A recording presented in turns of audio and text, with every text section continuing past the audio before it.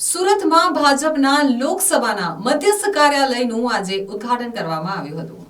સુરતમાં ભાજપના લોકસભાના મધ્યસ્થ કાર્યાલયનું ઉદ્ઘાટન કરવામાં આવ્યું હતું, જેમાં ભાજપના રાષ્ટ્રીય ઉપાધ્યક્ષ મહિલા મોરચાના શીતલબેન સોની ખાસ ઉપસ્થિત રહ્યા હતા। સમગ્ર કાર્યક્રમમાં મોટી સંખ્યામાં ભાજપના કાર્યકરોની સાથે ભાજપના નેતાઓ પણ ઉપસ્થિત રહ્યા હતા, જેમાં આગામી ચૂંટણીમાં ભવ્ય વિજયની વાત કરવામાં આવી હતી। સાથે જ અયોધ્યામાં થયેલા રામ મંદિરની ભારતીયોના સપના પૂર્ણ થયા હોવાની વાત પણ કરી હતી। ભાજપ દ્વારા આગામી લોકસભા ચૂંટણીને લઈને તડામાર તૈયારી અત્યારથી જ શરૂ કરી દેવામાં આવી છે।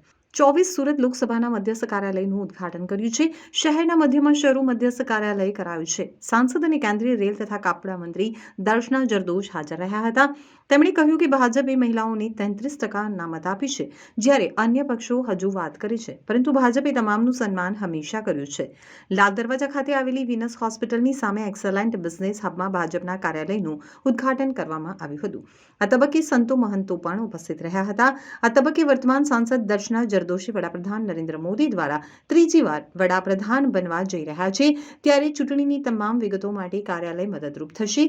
ચૂંટણી સિવાય પણ આ કાર્યાલયથી દેશમાં સરકારી ચાલતી યોજનાઓ સહિતની વિગતો મળશે તેમ કહેવામાં આવ્યું હતું। સુભાષચંદ્ર બોઝ જયંતિના દિવસે અમારા રાષ્ટ્રીય અધ્યક્ષ શ્રી જેપી નડ્ડાજીના હસ્તે અને ગુજરાત પ્રદેશના અધ્યક્ષ શ્રી સી આર પાટીલજી અને માનનીય મુખ્યમંત્રી શ્રી ભૂપેન્દ્રભાઈ પટેલ દ્વારા એક સાથે ગુજરાત રાજ્યની 26 સીટોના કાર્યાલયના શુભારંભ થઈ રહ્યા છે। આજે સુરત 24 લોકસભાનું કાર્યાલય અહીંયા સુરત ખાતે એક્સેલન્સી હબ ખાતે ઉદ્ઘાટિત થઈ રહ્યું છે અને મોદી ગેરંટી અને ફિર એક બાર મોદી સરકારના સૂત્રો સાથે અમે જ્યારે ચૂંટણી પ્રચારમાં જવાના છે ત્યારે આજે ખૂબ સરસ શુભારંભ થઈ રહ્યો છે।